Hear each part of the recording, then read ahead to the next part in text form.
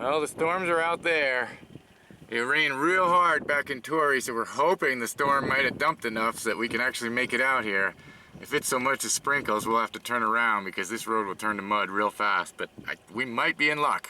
We'll see. Yeah, let me back up a little and show you what I mean by heavy rain. So the first thing we did was go a few miles west into Torrey, and as you can see in these photographs, the sky just got darker and darker. I didn't get any video, sorry, but I did get this incredible photo of the rain coming down in the distance, and we pretty much drove right into it. At the gas station, it was unbelievable. We just ran in and got our gas and got out of there as fast as we could. But it did seem to be clear to the east, and I didn't really have another day to do this. So here we are, outside Caineville, Utah. Those gray and gold cliffs are the eastern edge of the Waterpocket Fold, an almost 100-mile-long geographic feature that we'll explore in more detail in another video.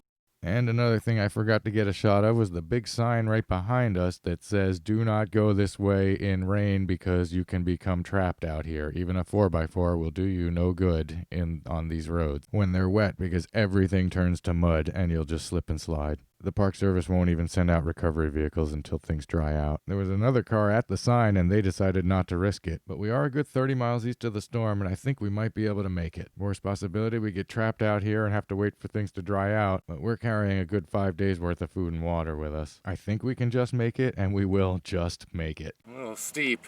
This is the kind of stuff, if it gets wet, it all just turns to mud and you can't get anywhere. Side note that you won't notice unless you've actually been here. These scenes of the road are going in the wrong direction. It's a rough road and I didn't want to waste any time on the way in, so I didn't record any of it until we were heading out. So we're heading out in each of these scenes, but I ordered them in the direction of going to Cathedral Valley. Not sure if that makes sense, but the end result is it looks like we're on the wrong side of the road. There are a couple of different routes into Cathedral Valley. One of them crosses the Fremont River. This is not that route. This is the Caineville route. There'll be a little more info in the description. Stuff like this, if it rains, you're done for. That'll be water and it's all mud. So is everything going up. I was constantly worried we were going to get trapped, but the scenery was beautiful.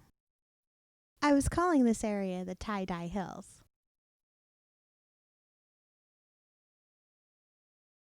Parts of the road are not bad at all.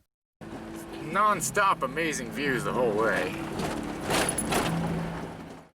You have to watch out for ruts and sand in the washes, but much of it is pretty smooth when it's dry. But where it's bad, it's bad. Really intense washboard on a few sections. I mean, we're down to 8 miles an hour here. It's so bumpy. Well, the storms are really close. We're like right on the edge. This is really risky because this road will turn to absolute mud and we will be stuck here forever. So we're gonna call it here. But yep, Temple of the Sun, Temple of the Moon out there behind it, and we're looking at Cathedral Valley. That's what I wanted.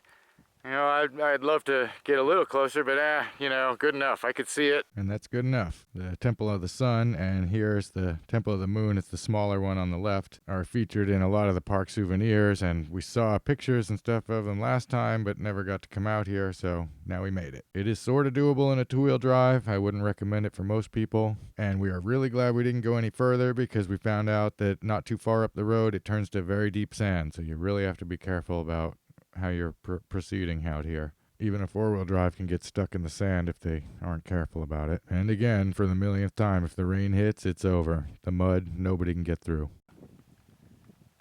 Kind of feels like the storms are moving away from us. We might be lucking out here. It does look like the sun's coming out over that way. Still, we're not going to take any chances. We do have enough food and water to sit out here for a week if we had to.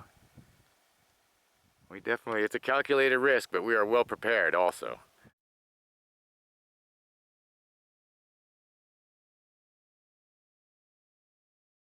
Yeah, we're in the sun, but the line won't quite make it over there. That's too bad, but still got an excellent view, and we got binoculars also, so we're getting a great look.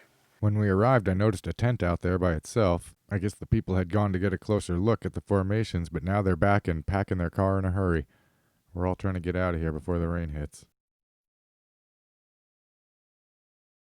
And looks like we made it. The sky keeps changing out there. It looks like it's almost raining on the formations in the valley. Maybe it's clear in the distance. We don't know. It's time to get out of here.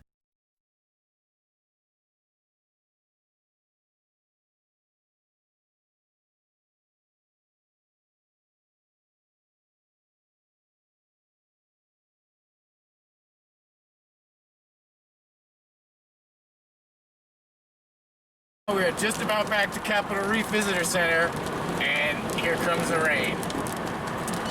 We really lucked out that the storm stayed over here. Alright, that's it for this one. We'll see you again soon.